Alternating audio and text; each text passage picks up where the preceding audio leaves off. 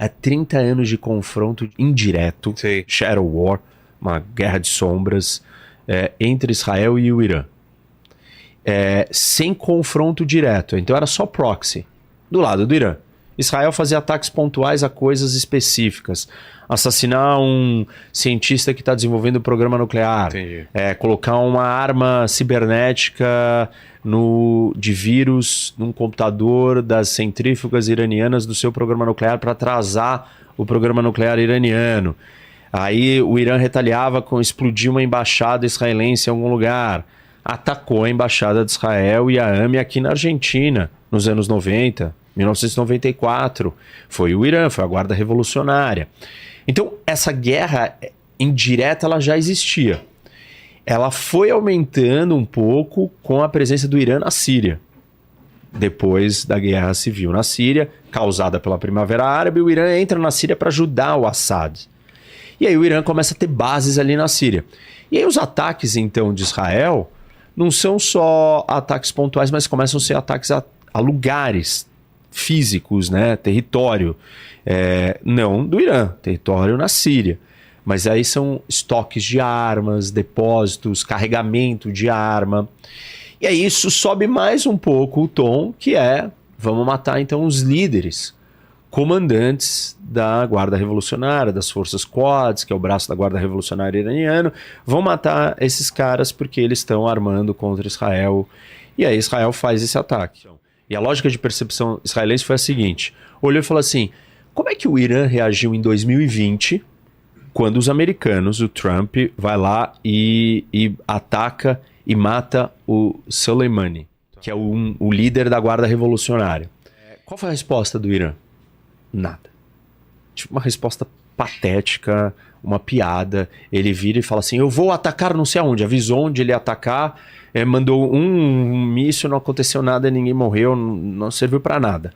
Então Israel olhou para isso e falou assim, quando a coisa fica mais séria, o Irã não tem coragem de responder diretamente. Porque o Irã não tem capacidade de um confronto direto. O Irã não é uma potência militar preparada para um confronto direto contra Israel e os Estados Unidos. Um confronto contra Israel é um confronto contra os Estados Unidos. Porque é um país gigante, é um país muito grande, mais de 80 milhões de pessoas, contra Israel, que é um país pequeno. Então, dependendo do nível desse conflito, os Estados Unidos entraria. E o Irã sabe disso. Então, o Irã não está preparado para esse nível de guerra, não quer isso, não demonstra querer. O Irã adotou uma estratégia indireta, que é uma estratégia que normalmente o terrorismo usa. Então ele acha que ele está minando Israel, está enfraquecendo, Israel está em declínio. E o Irã, há 20 anos atrás, não é o Irã de hoje. Nos últimos 20 anos, nas últimas 2 décadas, o Irã ficou muito mais forte do que ele era. O Irã não controlava o Iraque. O Irã não estava dentro da Síria. Se você olhar para o mapa do Irã, o Irã é uma grande fortaleza, porque ele é cercado de montanhas altíssimas. Ele é um país só de montanhas. Você olha foto da capital de Teherã, só vê montanha. E é um país todo montanhoso. Por isso que o Irã tem tamanha diversidade de etnias. O Irã não é só de persas. Tem um monte de movimentos separatistas, inclusive. E um monte de grupos não assimilados. Porque montanhas dificultam a assimilação de você unificar o país. O isolamento físico impede a criação de uma unidade. Qual que é a vantagem para o Irã? Ser cercado por montanhas te faz você ficar dentro de uma fortaleza. E a fortaleza te protege de ameaças externas. Raramente, assim, os mongóis chegaram perto ali, ninguém conseguiu entrar e invadir o Irã. Nunca. Numa invasão terrestre, o Irã não foi conquistado, assim, ele não sofreu tantas ameaças. Em parte por causa dessa geografia, né? Que ele está cercado e protegido. O benefício é que você está protegido, mas o problema, o obstáculo, é que você também não consegue sair com facilidade dali. E aí, como que ao longo da história o Império Persa nasce, que são os iranianos? Eles precisam conquistar o território adjacente ao Irã. Esse território é a Mesopotâmia, que é o Iraque. Quando o Irã conquista o Iraque, aí ele se torna um império. Porque aí ele consegue projetar força e colocar as suas tropas já num palco, numa plataforma que está para fora. E ali ele consegue, então, acessar o resto da região inteira. O que acontece? Quando o Irã perde o controle do Iraque, ele se fecha. Quando ele ganha o controle do Iraque, ele se expande. Até 2003, quem controlava o Iraque era o Saddam Hussein. O Saddam Hussein, ele era sunita. E essas divisões, né, desses dois grupos religiosos existem no Oriente Médio. Como se fosse católicos e protestantes. Nesse sentido. Sunitas e xiitas. Então você tem essas duas grandes vertentes. Tá. 90% ou mais, né, mais de 90% de toda a população islâmica no mundo é sunita. Uma minoria é xiita. E todos os xiitas estão concentrados, não todos, mas a grande maioria, dentro do Irã. E aí, assim, você tem xiita no Líbano, que é o Hezbollah. Você tem...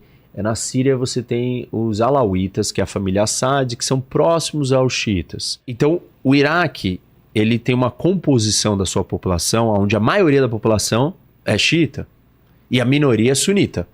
Mas quem governava o Iraque? O inverso. A minoria governava a maioria, porque era um ditador. Entendi. O Saddam Hussein. E aí acontece alguma coisa em 2003, que é o quê?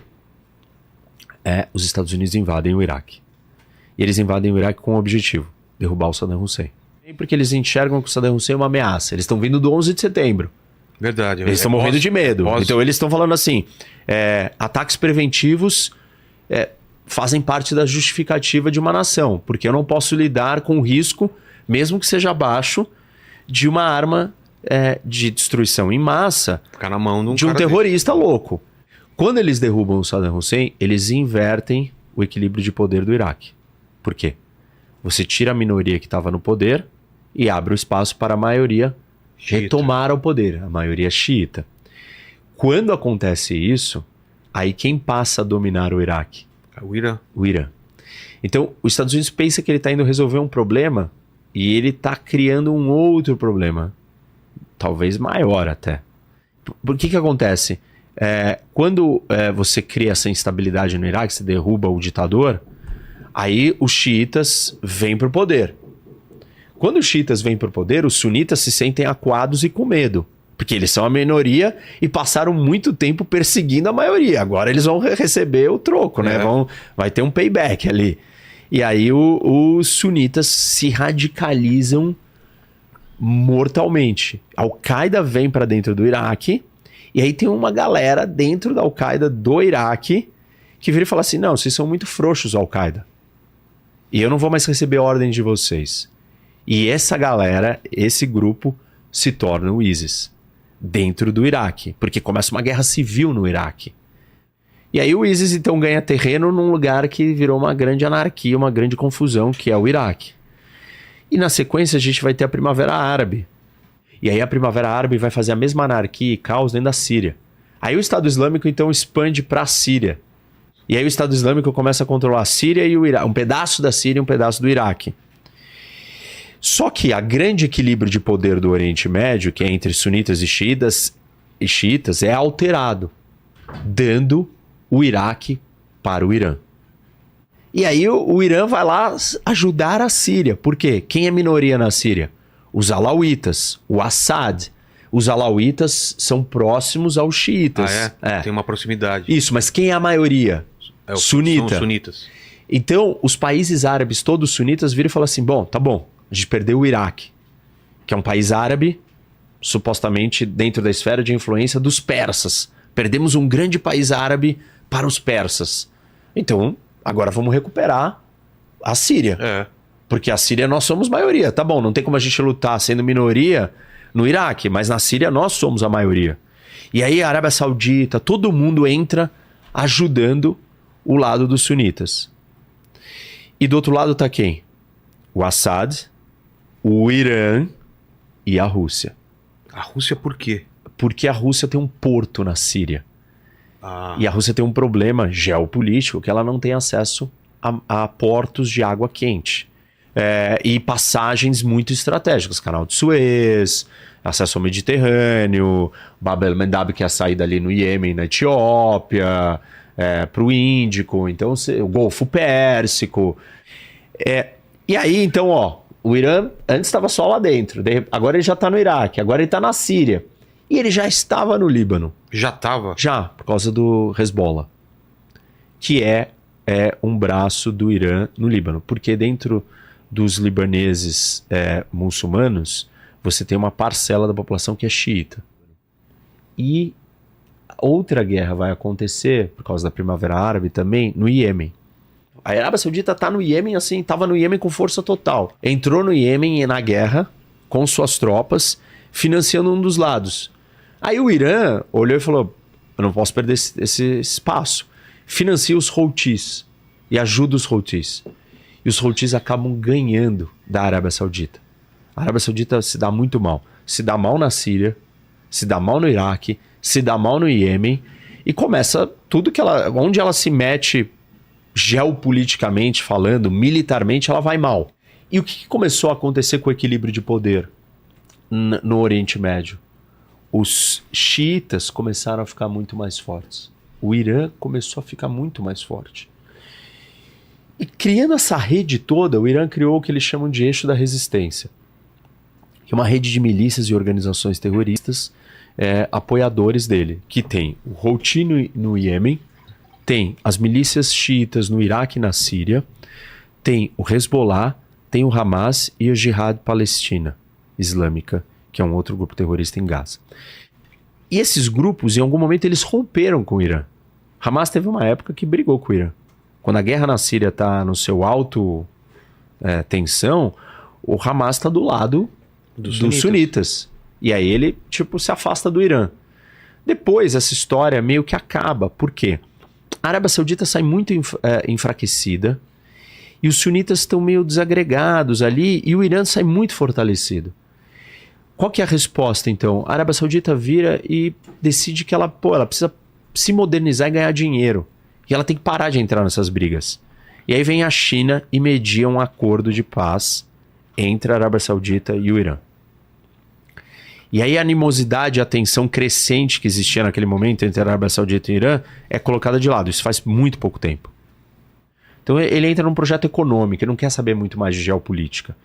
E assim, isso afasta um pouco, o fato da Arábia Saudita se aproximar do Irã, afasta um pouco a Arábia Saudita de Israel.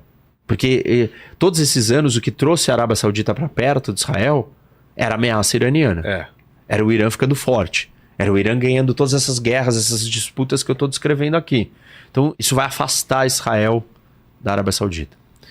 E aí o Irã fica meio que, tô sozinho, tô governando isso daqui, meu projeto hegemônico tá indo de vento em popa.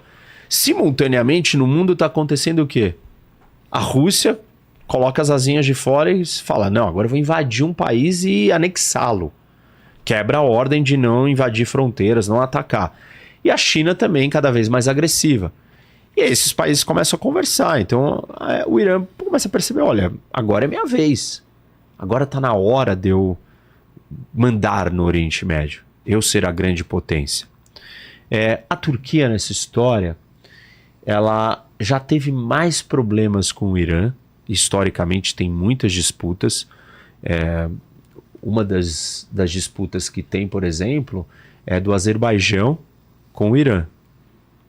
O Azerbaijão, aquele território ali em cima, bem em cima do Irã, ali no Mar Cáspio, que invadiu a Armênia, eles são xiitas. Só que eles são xiitas de origem turca e não persa. Tá. E uma parcela grande, por volta de 20% da população do Irã é de azeri, etnia azeri. O Irã tem um problema com o Azerbaijão. Ele olha para o Azerbaijão como, esse cara aqui pode juntar esses 20% da minha população separatista e acabar com um pedaço do Irã. E quem defende o Azerbaijão é a Turquia. E a Turquia literalmente ela fica se equilibrando em todos os lados.